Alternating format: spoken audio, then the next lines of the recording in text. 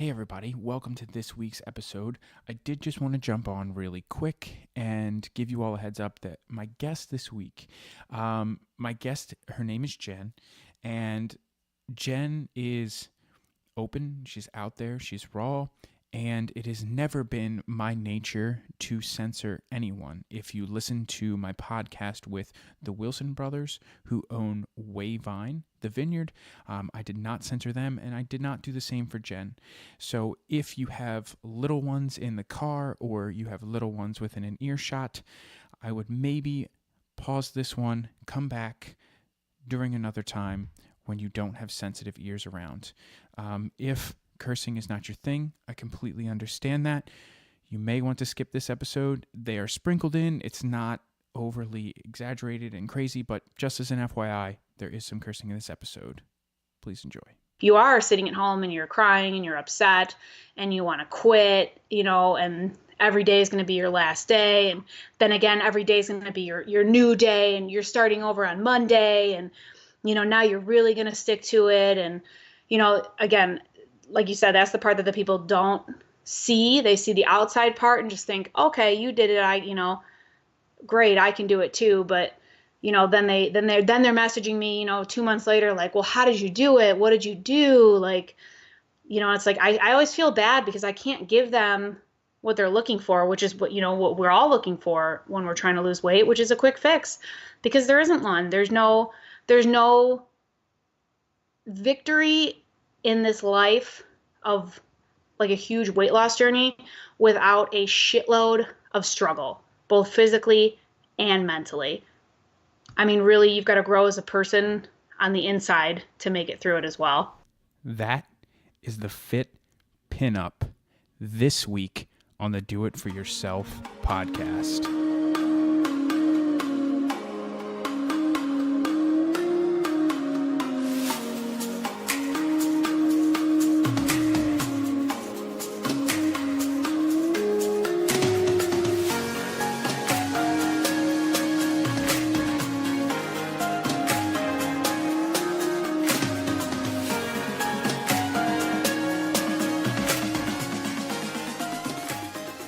Hey, my friends, how's it going? Just a few housekeeping items before we get into this week's amazing guest. First and foremost, this week is Thanksgiving here in the States. So, if you are listening from the States and you celebrate Thanksgiving, I hope that you have a nice, relaxing, and enjoyable Thanksgiving holiday with your family. If you are traveling while you are listening to this podcast or after you may tune into this podcast, I do hope that you have some safe travels wherever those travels may take you. And I hope that you get to enjoy some time with the people that you love and the people that you are thankful for. It's a great day to share some gratitude with your friends and family. And so I hope that you get the chance to do that. That being said, we are still plugging along here, and I want to thank all of you who have taken a minute to jump on the Apple Podcast app and leave a review.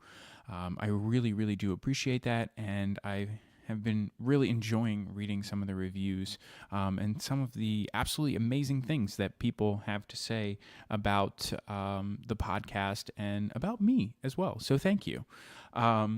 This week, my guest is Jen, and she is otherwise known as the Fitpinup37.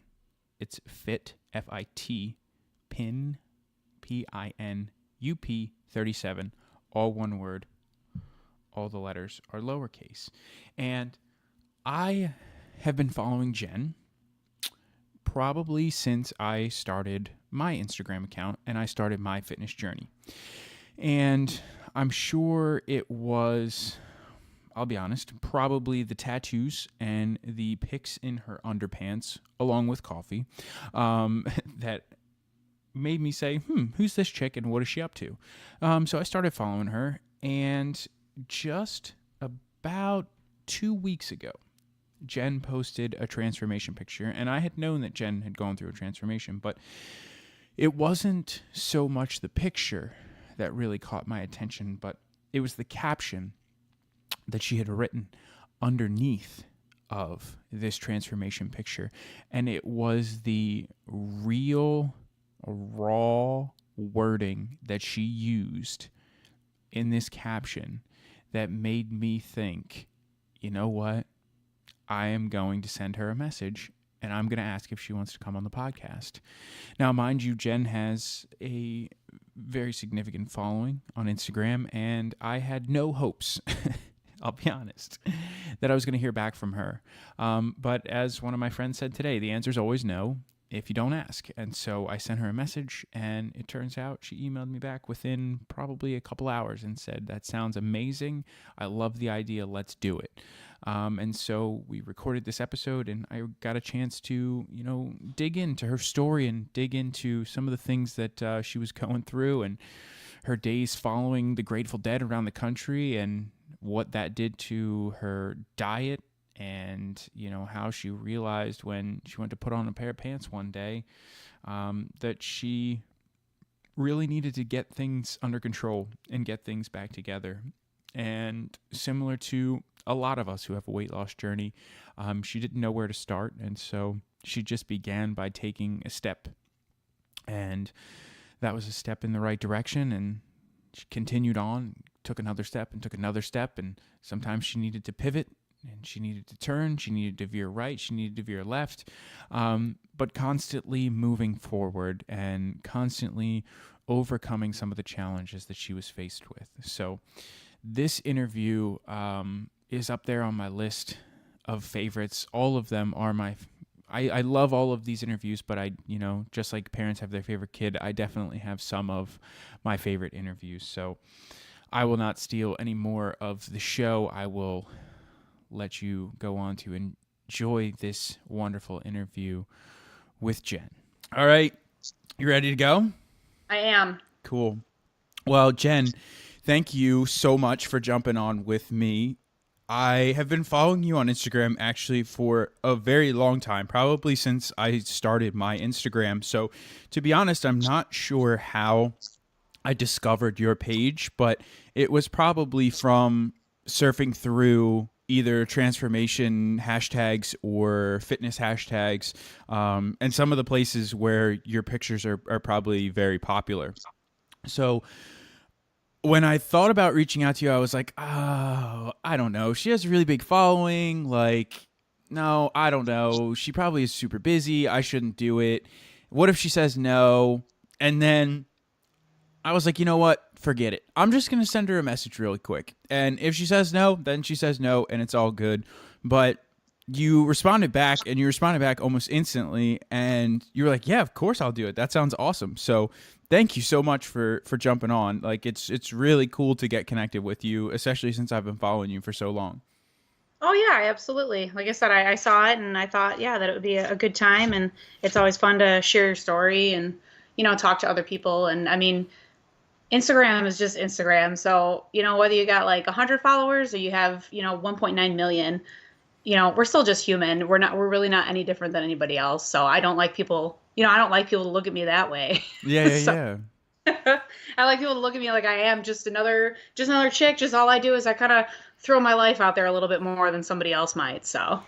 And so when you started your Instagram page, did you start it with the anticipation that it would grow to what it did, or did you just start it to put your story out there and share some of the things that you were going through kind of on your transformation? Yes, it was more the latter, where I just was like, oh, I'll just start an Instagram page. And I didn't even know how to use Instagram. I had no idea what a hashtag was. Like, none of it. It was like a noob. It was like getting your grandma on Facebook now, like it was, yeah, just very simple. And just the next thing I don't know, the ball just kept rolling, and then people just started following, and then I had questions, and then I had companies, and then like I said, it's like literally like you turn around one day and all of a sudden it's like, oh, okay. This is what's going on. This is part of my life now.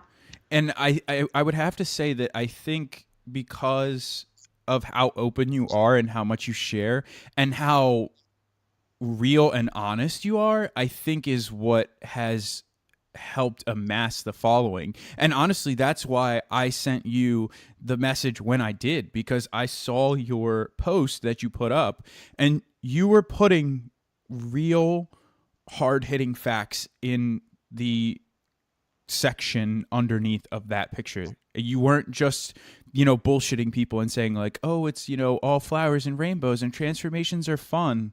You were really putting it out there. And I think that that's why you've amassed that following. Yeah, I agree. I think you have to be honest. And I do think that, people look at especially like fit women's Instagram pages and just think that, oh, it's easy for them. It's always been that way. They've always been skinny, like, and they don't realize like the struggle that was behind it. And then the struggle that still is behind it constantly. Like it never goes away. So. And so let's dive into that a little bit, because obviously, given your transformation, it was not always easy for you, and you were not always fit. So talk to me a little bit about your background prior to starting your transformation and starting to get fit. So growing up I was an athlete, as a young kid and like junior high and early high school. I'd say by early high school is when I kind of fell off the wagon a bit and started to, dive more into the partying aspect. And then that's when, you just kind of put on a few pounds here, a few pounds there. I went out and traveled and followed, the Grateful Dead and all the hippie stuff, and spent a lot of time on the road, and therefore picked up some bad habits. In addition to, you're eating like crap. And it really was just like one day you just turn around and all of a sudden you're just like super overweight, but you didn't even see it happen. And then I got pregnant at 19 and I just ballooned with her. I got all the way up to 230. And I came back and back to Illinois because I was living in North Carolina at the time. And I moved back to Illinois then, and I had my older daughter, Haley. And so I was only 20 at the time. And again, it was just like one of those things. I don't know. It's weird. Even though I got so big, I realized it even at that point.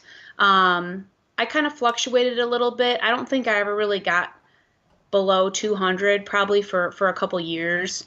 And then just one day it was like that switch goes off. Like I went to put on a pair of pants is what really was the trigger. And I was a size 20 and I went to put on a pair of pants and the size 20 was too tight. And I was like, oh, it was like in my head, I was like, Jen, what are you doing? Like, you're only 22, 23 years old. And you're already, you're too big to fit into a size 20 now. Now you got to go up another size in pants. Like, you're a young woman, do something with your life. Is kind of just like, it wasn't only just like, I'm sad, I'm fat, I'm ugly. Like it wasn't just that. It was more like the epiphany of like, what are you doing? Like what kind of got you to this point?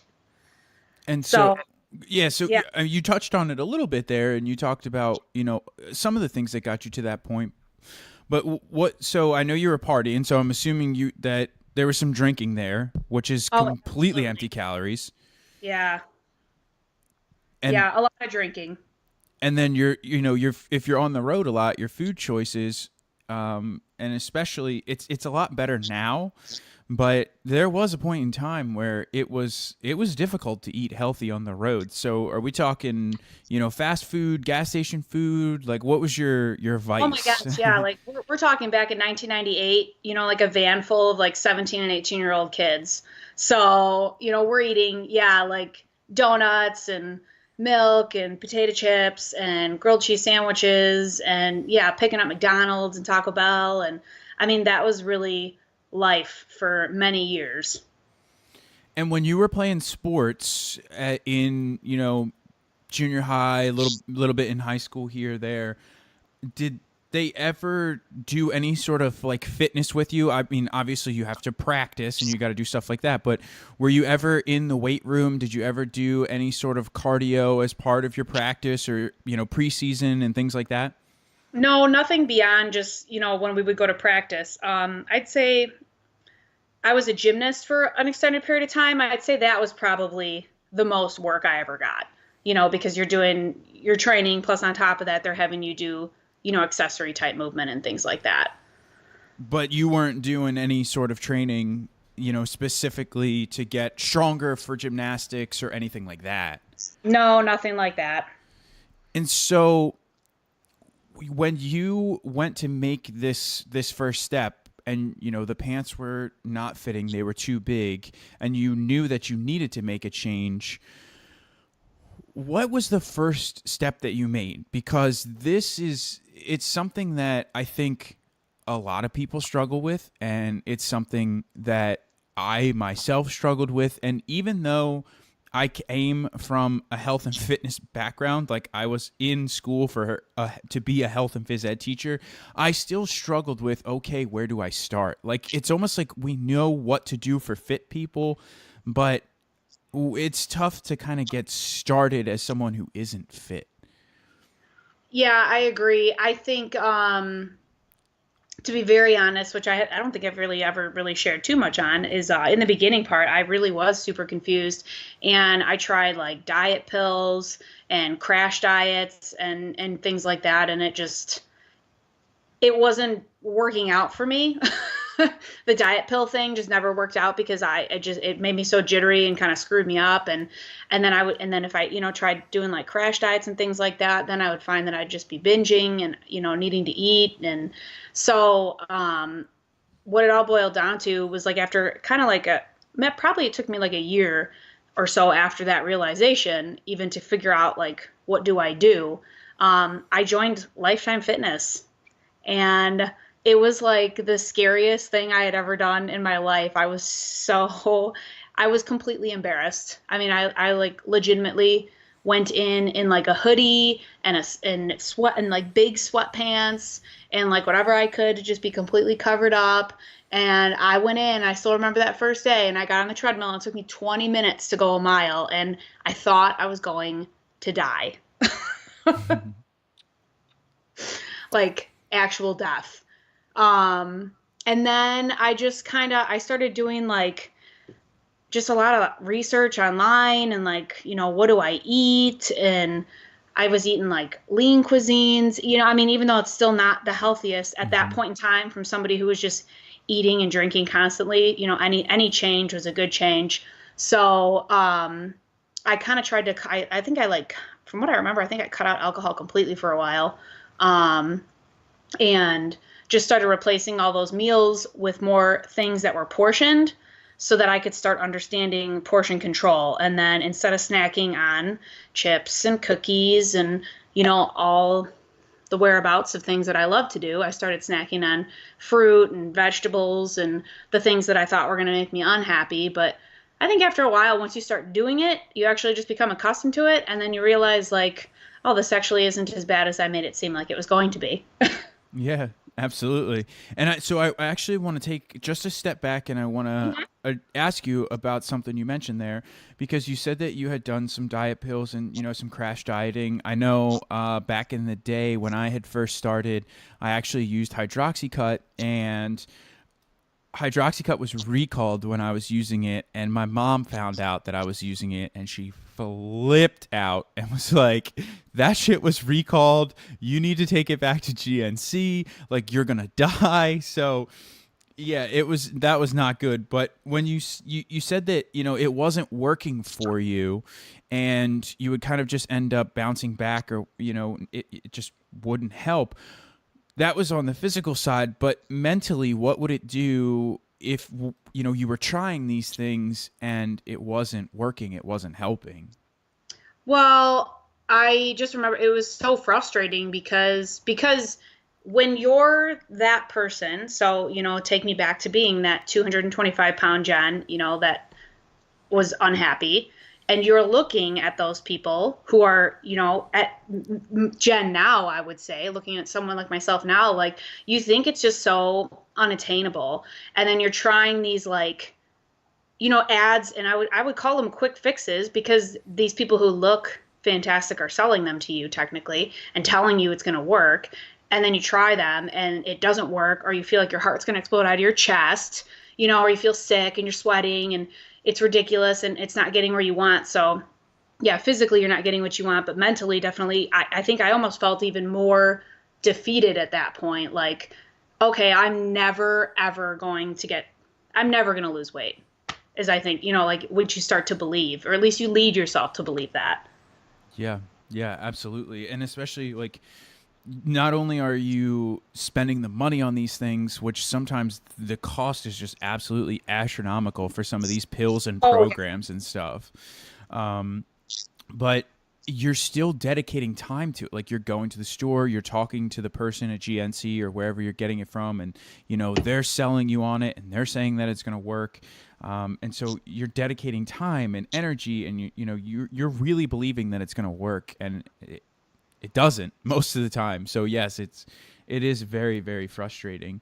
But there was yeah, one. absolutely. And if it does work, it's usually very temporary. So, Yeah. Oh yeah, yeah, yeah, for sure. And especially like the one that I can think of right off the top of my head is like a juice diet or juice cleanse or anything like that. gosh, yeah. Super Let's like just don't do those. yeah, yeah, yeah, yeah. That is definitely a temporary thing, and it is not sustainable in the least bit.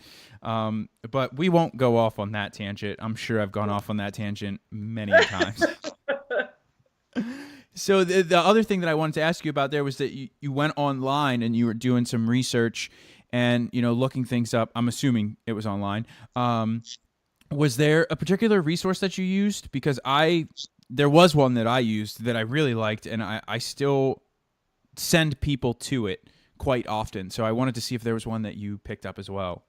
Really? No, not at that point in time. I was so new to it, that it was like little bits of here and there, yeah, just getting on Yahoo and Google. And then I also like basically I bought stock in like fitness magazines. Okay. If you could name the fitness mag, like I was buying it. I remember particularly I really I think I ended up subscribing to like Oxygen. I can't remember. There was another one too that I really lived on as well. Um, and they're like great because it teaches you things, it gives you some recipes and things like that. But then like the downside of those magazines too is that they're still the ads selling, the bullshit quick fix, Mm-hmm. which is, so it's like, why can't, it was like what I needed at the time was like one magazine who was really just going to teach you, you know, this is what you got to do, and this is what you got to do to do it. And there's no pill or yeah, juice cleanse or fad diet that's going to fix you or waist belt trimmer. Right. Right.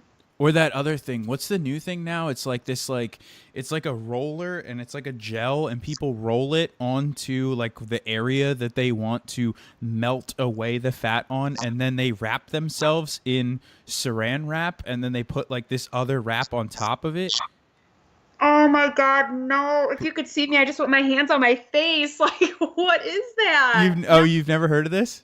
No, Oh, this that is is Oh ridiculous. no, this is real. Like I have seen people do this in the locker room before they go to work out, or like the big one is before they go sit in the sauna. So like it's like this rolly like thing, and you roll it onto your skin, and then you wrap the plastic. It's literally plastic wrap that you cover your food with. You take that and you wrap that around, and then there's like this other belt type thing that you put on top of it, and then I think it's supposed to like heat up so hot that it burns the fat cells. Oh, okay. Yeah. So there you go. These things are Wow. real. If I only knew, You could just do this that and would make just my life a lot easier. right. You could just fix all those areas that you don't like. Yeah, perfect. Oh man. Oh, that was funny. I Well, didn't know about that. you And learned something new. yeah, that's scary. It is. It really is. And the scarier part is that someone is out there marketing this to people, and they think that it's really, going to work. Right. So now I do want to get into, where you went from that first day in the gym, walking a mile, it took 20 minutes, to where you are today, because I watched your Instagram story of a workout that you did the other day, and it's definitely harder than doing a mile on the treadmill. Which, so you got to fill in the gap there for me. Yeah. we were actually, when my girlfriend Jess was in town this past weekend, we were talking about it. We were out hiking, and I was like, old Jen could not be out here doing this. Like, I would have died on a mountain. Um, yeah, so obviously there's a huge time span in between there. We're looking at probably right around like 15 years from start to where I am now. And I think that's a big picture that people don't see. They think it's going to happen, in just a few, and they're unhappy when they don't see that. But the realization is that, from point A to point B, it's been about 15 years now. And in the beginning, definitely more downs than ups. I think it's easy to shed weight when I initially started, from what I remembered, just because like your body's been sedentary and you've been eating like crap. So the minute you switch those things, um,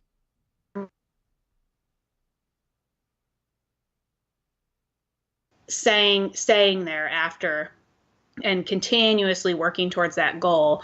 Ironically enough, when I first started, all I wanted to do was be skinny. Like, that's it. I was that girl. If that roller wrap thing was around then, I probably would have had that thing wrapped around my body while I was out doing cardio. Um, but I was really obsessive about that. So I worked really hard, and I did not eat enough. And I got down to a blistering 125. So I lost a total of 100 pounds. Wow. Yeah. And like I said, I mean, I really was all about being skinny, and I thought muscles were disgusting on women. I did. I had that mindset. Like, I bought Oxygen magazine, but I was like, I will never look like her. Like, ew, that's so gross. Obviously, I had the very incorrect mindset at the time. But I think it's easy to get there because, muscles weren't as appealing on women as they are now. Now it's like Yeah. the next big trend to be a chick with muscles, whereas 15 years ago it was not. Um, Just look at CrossFit girls.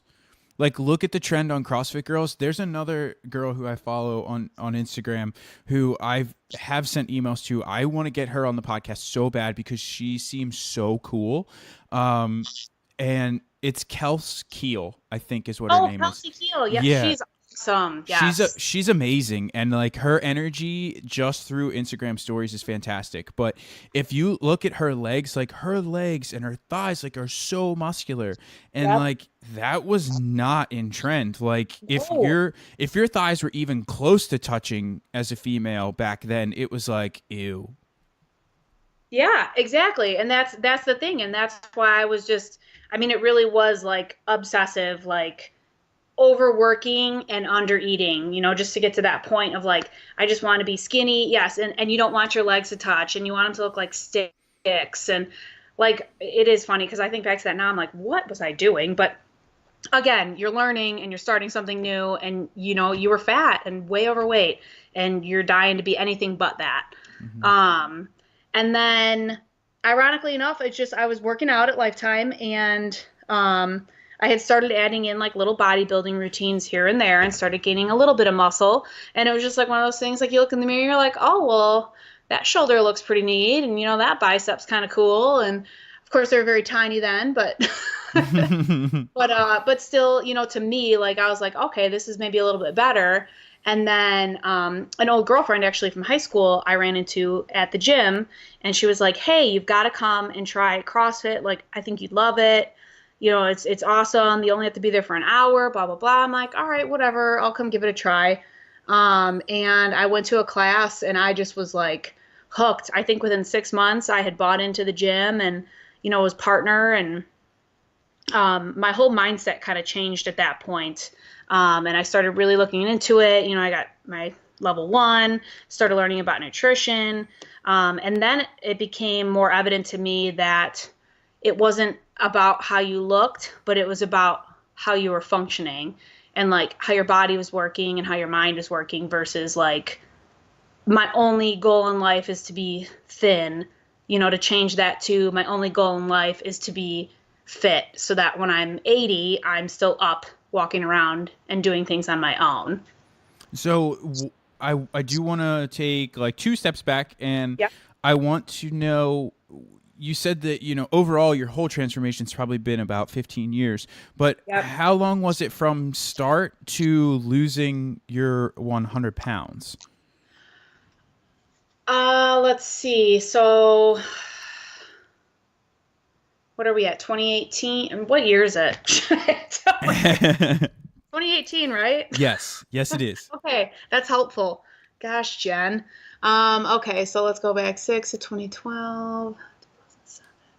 I would say with ups and downs of weight loss, it probably took around like 6 or 7 years Okay. to like drop that weight, but then keep that weight off. Mm-hmm. And kind of, and then, and then I kind of stayed at a consistent 125 for a while. And what that was So through. yeah. Go ahead. And that was just through diet Mm-hmm. and just major, I would spend 2 hours a day at Lifetime. I'd get on cardio machines and, like I said, just looking up routines through Oxygen and things like that, doing interval work. And, I just kind of self-taught it. I didn't have the money for personal trainers. I didn't have the money for diet people. You just kind of had to roll with the punches. Mm-hmm. Yeah. Well, you Learn stole as you go. you stole my next question because you already answered it. But I was going to ask how long you were staying at Lifetime, before you started CrossFit. But you just answered that. You said, you were spending about 2 hours there, which I think is very common for people who, start their weight loss journey, because I was doing the same exact thing. Like I would go in and it was like at least an hour of cardio and then probably like another hour-ish of weights. And, at that time, that's what I needed to do. And it was helping me. And the cardio was like super low intensity. I wasn't doing anything crazy. I wasn't like running sprints for an hour and then doing weights, but it is still, you're dedicating a lot of time. But I also had the spare time to allot 2 hours at the gym, whereas now I'm not a college student anymore, so I don't have that free time. So Right. It's a little bit different. But after you started like your initial changes in your diet and you were doing lean cuisine and some of those things that were definitely better changes than what you were used to, but not necessarily the best changes. When did you kind of learn that those things were good but not great? That didn't come until probably in my last like 6 years. Because, it was like, that was like the initial, like, this is what we're doing. And then I got to that point where I was consistently comfortable. And so then I was eating more regular meals, but just very small meals, like salads with no dressing and really sad things like that. But I was still, I would still eat some French fries here and there, or a burger or some pizza or things like that. Like there still wasn't really like a healthy understanding of food, I'd say, until, the last like 5 to 6 years, where like I kind of gained a better understanding of like, oh, you have to actually eat, in order to lose weight too, or keep weight off and maintain some muscle mass, So it was a pretty long time that I kind of stuck with that nonsense, which is not nonsense. I shouldn't call it nonsense. That's a silly word for it. When you're uneducated and you're learning, you're going to do whatever you can do. But I feel like with the abundance even more at your fingertips nowadays, I feel like things are almost handed to you to the point that like it's almost impossible for you to fail. Because like at this point, if you fail, you're failing because you're not ready to do it. Yes, I agree 100%. And if you're not ready to do it, then you're just not going to do it. Like there's no two ways about that. I actually spoke at a college this morning where, it was where I went to college. And that was one of the points that I made, is that I wasn't the reason that it worked the time that it did work is because I was ready to do it. And that goes for anything. Like that goes for not drinking if you don't want to drink anymore, or quitting smoking, or losing weight, or whatever it is. Like you have to want to do it. And that's the whole premise of like, do it for yourself. That's why I use that mantra. That's why I came up with that, that name, and that's why I put it on everything, because that's what made the change for me. I was finally doing it because I wanted to, not because someone was yelling at me and saying that I had to, or this is what you should be doing. Right. No, absolutely. That's how it, and I mean, it's like I've done all of those things. I've quit smoking, I've quit drinking, and had a big weight loss. And I agree completely. Like, if you're doing it for someone else, it's never going to pan out. You have to do it because you're ready to do it. Yeah. Not because you want to look like that person, or, your husband thinks you're fat, or your grandma wants you to quit smoking and you're going to do it just to make her happy. Like, it's never going to work. I agree. You have to want it. And so when you started CrossFit, did they kind of help you with your diet and your nutrition prior to you like looking into it further? Because I've never done CrossFit. I really want to do CrossFit, but I just dislike how expensive it is. I mean, I'll be It honest. is. It's It very is. expensive to Yeah. join a box, and so that is the kind of the one barrier to entry for me. I wouldn't be nervous about going because I feel like everyone is very supportive, and it's almost the same as triathlon. Like, they love newcomers and they definitely support newcomers, at least from what I've seen. But I know that they are also very big on diet. Yeah, So is that huge. what helped? Is that like, did starting CrossFit also help you with this? Oh yeah, absolutely. As long as you find a good gym, with good coaching, which in my sense would be, you just got to do your research. You can't just go to like an open gym somewhere or take one class at one gym and be like, this is my family. Like, you got to kind of look around and see, what's going to work for you. But definitely any good gym with good coaches, they care about their people. So, if I ever had a client who had questions, I mean, I always took the time to sit down and talk to them about it, and try to educate them as much as you can, because when you're in there, that's only part of the battle. Part of the battle is showing up to the gym to do the work. The bigger part of the battle is when you walk out the door, what are you going to put in your mouth?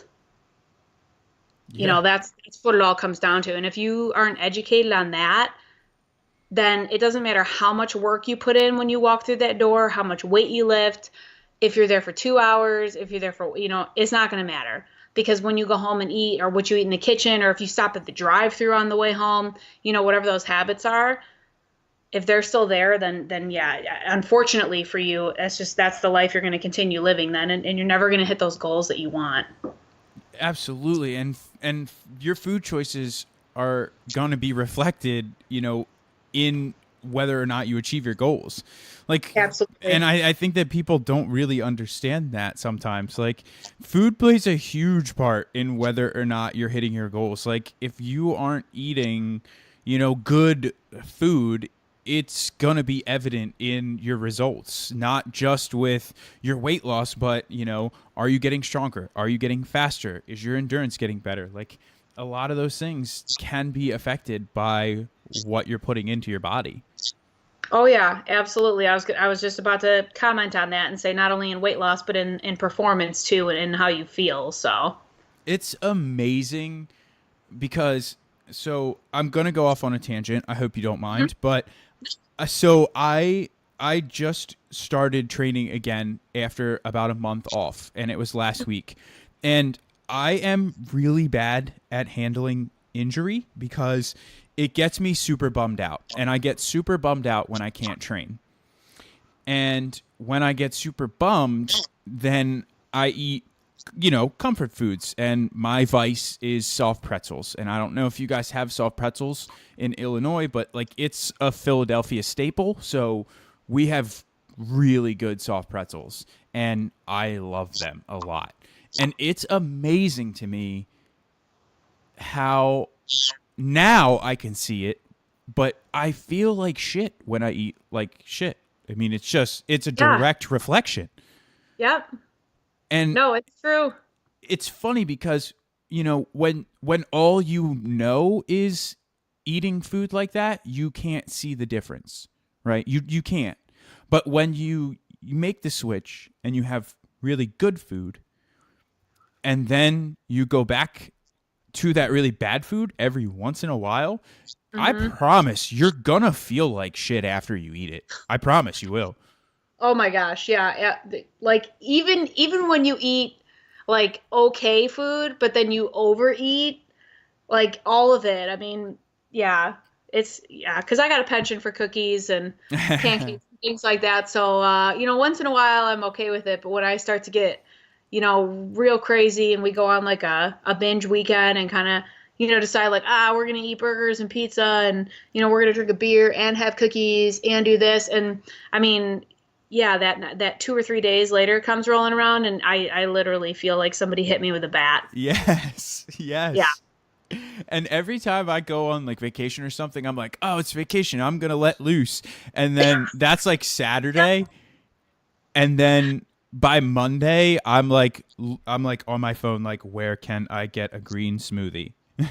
Oh, absolutely. I mean, I even like beforehand, I will like now, I'll research and I'll find like, okay, where are the semi-healthy restaurants? Where can I go to eat this? What meal, basically I'll kind of almost plan out like, all right, what meal am I going to eat where I'm going to eat whatever I want. And then the rest of the meals of the day are going to have to be, yeah, something that has vegetables in it. 100%. And I do the same exact thing. Like, and so, like, don't get me wrong here, because going on vacation, like, you're supposed to go on vacation and enjoy vacation. And I do. Absolutely. 100%. I do. But, like, if I eat breakfast, lunch, and dinner out and have, fried food and burgers and wings and beer and everything else, like, I don't feel good. I Oh, just and physically don't feel good. yes, absolutely. And I agree with you 100%. You got to have some good stuff, but you also got to balance it out with some like healthy things as well so that you can enjoy life and then not, yeah, like you said, feel like a complete slug. Yes. Yes. I totally agree. I totally agree. So, what are you up to now? Like, what does a typical day look like for you now? That you're kind of in like your maintenance phase. I'm sorry for assuming, but I'm assuming that you're in a maintenance phase. You're not actively trying to lose any more weight. From what I can tell, it seems like you're very happy with where you are, and now you're more focused on your performance. Yeah, absolutely. Yeah, so I mean, training can be anywhere from an hour to 3 hours long, but I mean, that's also including like sitting around, talking, doing things in between. So like actual work time, we're probably looking at like anywhere from 45 minutes to 90 minutes of like actual consistent work.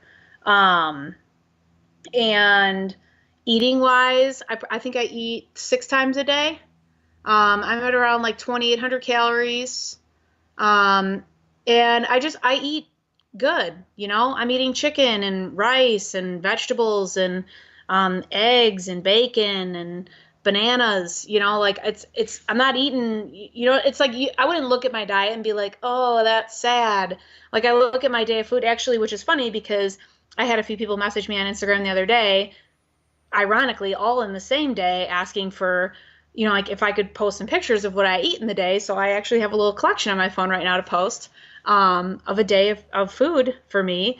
And I'm happy with it. Like I'm full and satiated by the end of the day, and I'm eating chocolate chips and, still enjoying life a little bit, but not going off the deep end. And I have maybe like today I did go out and get some pancakes because I was like, you know what? I'm tired. Like, I'm having a day. I just need some pancakes. But instead of letting it ruin my life, when I got home, I went back to just my normal meals again. Like, you can either go completely off the bandwagon or you can eat pretty good and then you can just still enjoy things sometimes.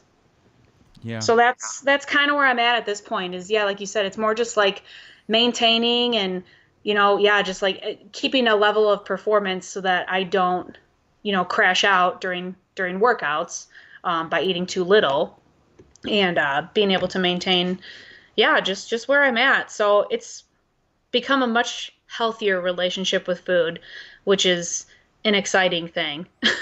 Yeah, because I don't think and some people probably develop an unhealthy relationship with food and they don't even realize it. But I think it is very important. We've already touched on it multiple times, but I think it's very important to have that balance and be able to eat your pancakes or whatever it is for you. Maybe it's not pancakes, maybe it's soft pretzels or pizza or burgers or French fries or Right. whatever it is, Yep. and be okay with that. It's absolutely because I mean, again, I had that for a while, that unhealthy, like, I have abs, I cannot do this, we have to not eat bread, like, this is how it has to be so that we can keep seeing abs. And then all of a sudden you just get to this point, you're like, what the hell am I doing? Like, this is the most fucking sad life ever. Who gives a shit about abs? Like, really? Like, if I can see them, that's fantastic because I worked really hard for them. But you know what? I know that I'm going to have to enjoy life sometimes too and eat some burgers and pizza and a soft pretzel or so. And you know what? I'm going to have to learn to not give a shit. And that's kind of what so there's so many things that go into like a weight loss journey, that you got to just learn to accept. But like we talked about, unless you accept it and you're okay with it, it's never going to balance out and be okay for you. So I'm just glad that it's been so long and I've learned so much and I've just gotten to that point now where I'm comfortable, which I know is hard to get to, but I know it's attainable. And so, actually, going off of that, and speaking to being comfortable, and the fact that there are different pieces of a weight loss journey, everyone loves the story of the external weight loss journey and what everyone can see. But I think the one that gets a little bit neglected, let's say, is the internal transformation that happens as well. Hmm. And, it's the mental transformation that happens. So you said it yourself when you went to the gym for the first time, you were completely covered up from head to toe, big sweatshirt, big sweatpants, the whole 9 yards. Um, and you have some Instagram posts that are quite the opposite now. Yeah. So talk to me about that transformation because yes, there's a physical transformation there, but I would be willing to bet the farm that there's a huge mental transformation that happened there as well. Oh, absolutely. Just yeah, from being like scared and, total lack of confidence to total confidence. Now, yeah, I'll walk in there and rip off my shirt and yeah, I'm in tiny shorts and I don't give a shit. And, whatever, I've got stretch marks, I've got skin, there's things bouncing and moving that probably shouldn't be. But also, again, it's like, I just got to remind myself, like, hey, you lost 100 pounds. You also had two babies. Like, these are the things that come along with that, and you worked really hard for it. And if people don't like it, well, fuck them. Like, I was so scared and nervous, when I was a big girl, and I look back at that now, and I feel bad for me because I wish I would have been more confident.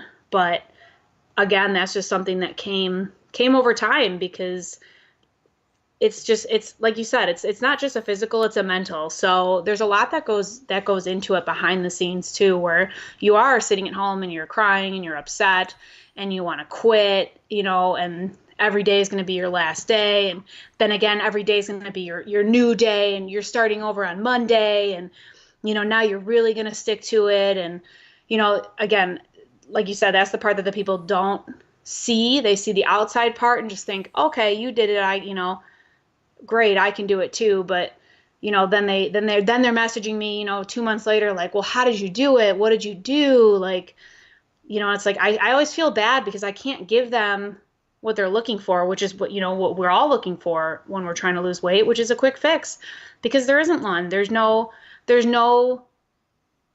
victory in this life of like a huge weight loss journey without a shitload of struggle, both physically and mentally.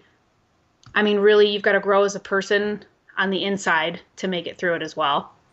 Was there a particular time that you can remember where you could see the change and that really boosted your confidence? Like, was there a picture that you saw or you, because for me, it's, and I'm sure that you can relate, but you cannot see the changes on yourself in a weight loss transformation.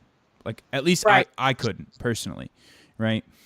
And so I started in like September ish, and there was a picture that was posted in, I want to say like May ish, somewhere in there.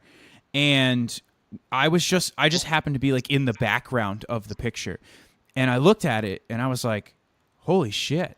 Like, okay, wow, yeah, no, I can see it there. Yeah, no, I have definitely lost some weight. Yeah, yep. So was there any, like, was there a light bulb moment for you that kind of really helped your confidence there? It's funny. No, for me, and even even my family that surrounded me, it was like nobody noticed that I got as big as I did. So it's more like the opposite. Like it's more like we look back at pictures of when I was big and we're like, holy shit. Like it's like we almost can't even remember me being like that. So Mm-hmm. as weird as that sounds, it's the opposite. But as far as like that pinnacle point of like changing my confidence, that happened in CrossFit for sure, because I was still, when I was at Lifetime, I was still very much clothed, like barely even wearing shorts. Like I was wearing leggings and tank tops because, you know, like I said, I started getting a little bit of muscle and I started getting a little proud of that. So I was all about having tank tops. But there was never a moment in time where I was taking my shirt off. Nobody was going to look at my stomach and my stretch marks and, you know, skin while I was running on a treadmill. Like that was not going to happen. I did not want people to see my legs. But you know, I don't know, like we talked about with that little bit of it's something about CrossFit just kind of can give you a little bit more confidence. I think it does come from the people around you maybe, or more the acceptability of that your body doesn't need to be picture perfect, and that, you know, you work really hard and you're doing what you're doing and your body's just going to do what it's going to do. And, you know, whatever past it came from, it is what it is at this point. And, you know, either people are going to accept it or they're not. But, so I'd say that was more where I gained the confidence to be like, all right, Jen, you can start ripping off your shirt. It's going to be okay. And it's funny because I there's multiple pictures that I have seen of you holding your coffee mug, and you can see your legs. So it's funny that you were, you know, wearing leggings and trying to hide your legs, and now you're completely on the opposite end where it's like almost the focal point in some of your pictures. Yeah, because, you know, like I said, it's now, of course, now we're, you know, fast forward even more years into CrossFit. I'd say in the past probably 2.5 years or so, definitely I have like shed my skin and just become much more comfortable, period, and just like, hey, this is me, and just kind of laying it out on the line. And I love it. I love it because you know what? It makes me feel better, like to know like that I don't care. Like I'll put up the picture and I don't care. Mm-hmm. Like you can, you know, somebody will comment and say it's disgusting, and somebody will comment and say it's great. And you know, it's like excellent. You know what I care? I love it. Mm-hmm. And that's the difference. That's what's important. It's like I'll look at it and I'm not judging me. I'm looking at it and I'm like, "Hey girl, you worked fucking hard and you look great. Go ahead. Post that picture in your underpants. Do what you want."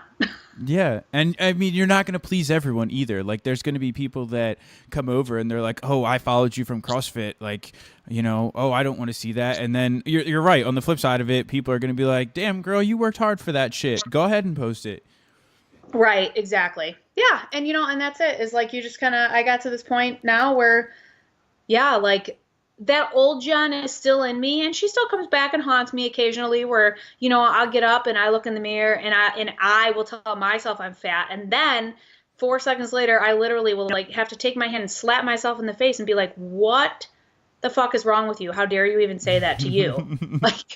Like remember where you came from. You are not, you know.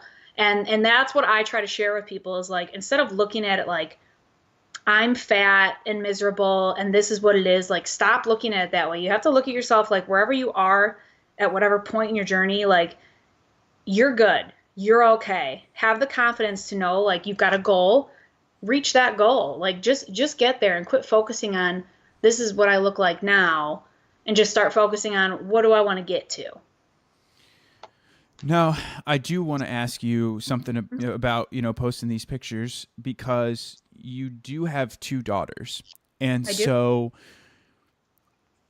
are you slash do you, because I'm sure they are also on social media, well, one, are they like super embarrassed about it? Like, oh my God, mom, seriously? And the other thing that I wanted to ask you about, the more serious part of it is, are you using this as a teachable moment for two daughters who, you're trying to show them like, look, you should appreciate your body, and you should appreciate, who you are as a person.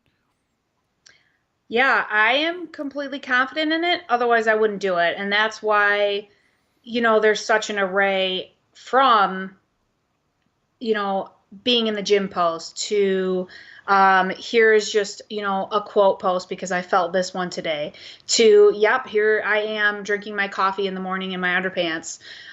Really, what it's all about is just like, here I am. I'm this woman. I have not only a story of weight loss, but a whole boatload of shit in my past.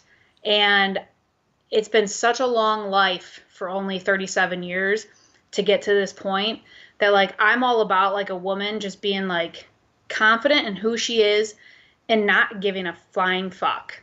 And I want nothing more for that. Nothing more than that for my kids. Like I want them to grow up and be like, this is me. If you don't like it, bye. So that's what I'm all about is portraying like, hey, this, you do you. That's awesome. No, that's awesome. And I'm you are absolutely doing that. And I was merely playing devil's advocate there for the people Yeah. who may say, "Oh, oh, you have daughters, you shouldn't be posting pictures like that, blah blah blah blah blah." Cuz I'm sure there you may have gotten that before. Oh yeah. I've had questions about it before. And this is not, I mean, there's people out filming pornography that have kids. It Yeah, doesn't make them, you know what I mean? Like it doesn't make them a bad person because they have sex for a living. That's just what they do for a living. It is what it is. right. What you do is, I kind of keep my kids off of my social media just because of that. Like the page isn't about, like spreading, eyes onto them per se. I'll, Mhm. I'll bring them up occasionally here and there, maybe post a picture once in a while because they are, obviously super important to me. Um, but yeah, like, my life as a mom versus my life on Insta, what people see on Instagram is a small glimpse into, what goes on behind the scenes. So people are going to judge. Even if I didn't do that, somebody would judge and, oh, you spend too much time in the gym or, you're too much this. You're always too much of something for someone, no matter what you're doing. Mhm. So, like I said, it's just really what it boiled down to me for these last few years is just kind of taking the reins back on my own life and just doing me and not caring anymore. And I've talked with both my kids and they're completely confident with it. My older daughter just a few times was like, "Mom, there's boys in high school that think you're hot." That was really the only things that I've ever gotten flack on was she was like, said somebody I think came up to her locker one day or something and was like, "Is this your mom?" But Well, when they start coming over to the house, that's the red flag right there. Like when they start offering to do, like cut your grass and do things like that, that's when you should mow be the like, lawn. yeah, Yeah.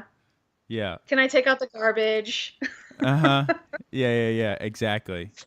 Oh gosh. But yeah, no, no, we're all comfortable with it and they both know and they are both on social media so they do see it and um if like especially my younger one if she ever has questions or anything she's always asked and I'm always very open. So, Cool. I dig that. No, I dig that for sure.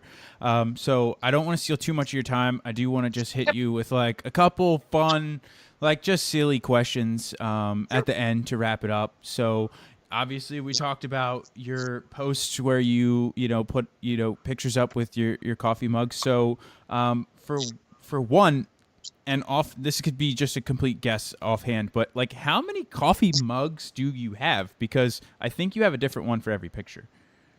It's funny because when I posted something, and I think Brian from Feed Me Find Me had said to me, he was like, I'm trying to figure out if you have more coffee mugs or underpants. And I was like, you know what? That's a good question. So I actually went and counted, and at the time, I think I had like 72 mugs, and I think now I've added like another 5. I have a problem. So I want to say I have about 77 to 80 mugs. Whoa, that's a lot. I do. It's beautiful. Like I open my cabinet, like since I moved to Arizona, I have a much bigger kitchen. But back in Illinois, I had a very tiny kitchen because I lived in a duplex. So I had like mugs all over the place. So now it's like a beautiful morning every time I have to open up my coffee mug cabinet, and they're just all staring at me, and I just get to pick. It's great. Well, and before we started recording, we jumped on video, and I saw that you have a cow mug that you were drinking out of right now, which was quite funny. Yes, I have everything from like really cool mugs to really like, what is that mugs? And so the other thing I wanted to ask you is, obviously you said you traveled around with the Grateful Dead, but you are, your Instagram name is Fitpinup, and you are, you have quite a few tattoos. So what is your favorite music style right now to listen to, especially while you're doing CrossFit? I am so eclectic. I couldn't even pick one. I love music so much. So I legitimately listen to everything, and you'll hear it in my videos too, because like 1 minute I am lifting to Mumford and Sons, and then the next minute it's The Far Side, and then it's Tupac, and then I'm jamming to the oldies. So I'm really all over the board. I'm just like a music lover, period. So. Yeah, and I remember you actually mentioning something about how much you love music when I think you were talking about you went to see Bohemian Rhapsody. Yes. And you did mention like how much you just love music. I do, and especially like music like that era, hence my traveling, and hippie life and all that, just like something about that era and just like acoustic music and live, and I don't know, just it gets me, man. I'm a real music like nerd, I guess you would say. Do you have like vinyl and stuff or no? I do have some vinyl still. I have about like 8 records left, but I do not have a record player. So Well, you know that it's making vinyl's making a comeback, and it's cool Shut up, again. really? Oh yeah. At least over here on the East Coast it is. I mean, I can believe that because I see people wearing the clothes that I wore when I was in grade school. So that would make sense that everything is coming back full circle. Uh-huh. Yeah, it is. It totally is. So we talked about your coffee, and obviously you have a slight obsession with coffee and mugs and everything. How do you take your coffee? Black. Yes. Okay. Leaded. Yes. Well, and so I've said this a million jillion times on the podcast, but that actually was the first change that I made, because I used to be like a flavored coffee person, and I used to use the International Delights like coffee creamer. Yes. And I don't know if people know that like a serving size of coffee creamer is 2 tablespoons. And I was like dumping that stuff in there and just like filling it up. And my coffee was like, it looked like chocolate milk, like more than it did look like coffee. So yeah, that was the first thing I cut out. And now I can't drink my coffee any other way. I have to have my coffee black. Yeah, same, black. And I think that one of the biggest things is sugar. Yeah. So yeah, one of the biggest things I had to cut out was pop. I would get done working out and I would drink a large Coke. Yeah, I know. Like, okay, Jen, what are you doing? So yeah, I agree with you. That creamer, yeah, you just dump it in. You're like, hey, whatever, and then you don't realize that, yeah, an actual serving size is like a thimble. Mm-hmm. So. Well, on that note about soda, have you ever? I have one sitting on my desk right now. I was just drinking it while we were recording. Have you ever had Zevia? I drink Zevia all the time. I love it. Yeah, it's really Love it, really love it. awesome. Yep. I swear by it. And it is sweet. So I tell people, like initially it might not be the best, but like usually if you put some ice in it, I think that helps like tone down the sweetness a little bit.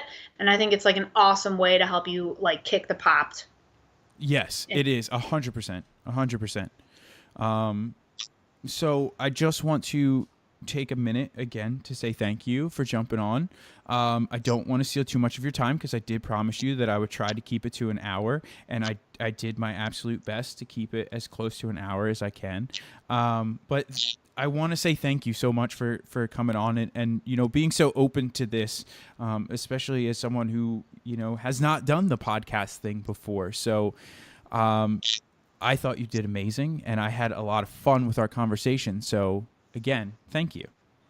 Yeah, awesome. No problem. Thank you for reaching out. I was a little bit nervous and I think I talked too much, but too late now. Neither. No. Well, and I told you before, like, one, there is no need to be nervous, and two, it's always better to say more. Yeah, true. I guess you're right. That's very true. So no, it was great, and I had a ton of fun. So thank you. Awesome. All right, my friends, what did you think about Jen's story? I think she is an awesome person. She has an awesome personality, and she was really, really fun to talk to. I enjoyed this conversation very much so, and I hope that you enjoyed this conversation as well. If you think of it, if you can, if you are on your phone, take a minute, jump over to Instagram, leave a comment, send a message, let her know, Jen, that you listened to the podcast, and let her know what you thought. Let her know, how some of the things resonated with you, if in fact they did. I want to just take a minute to say thank you.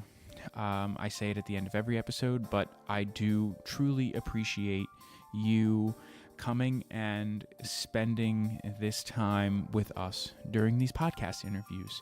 And I truly appreciate the time that you are dedicating to listening to this podcast.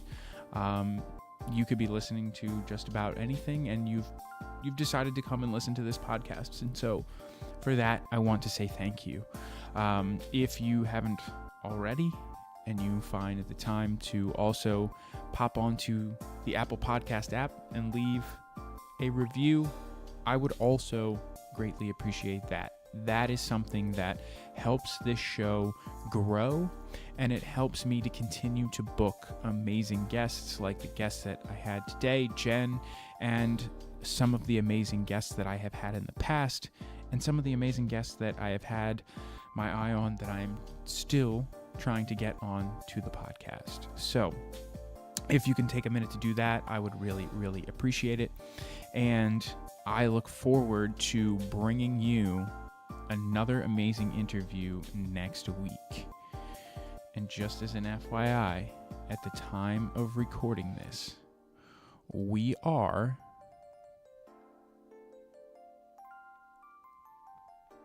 exactly... Wait for it. Oh, so close.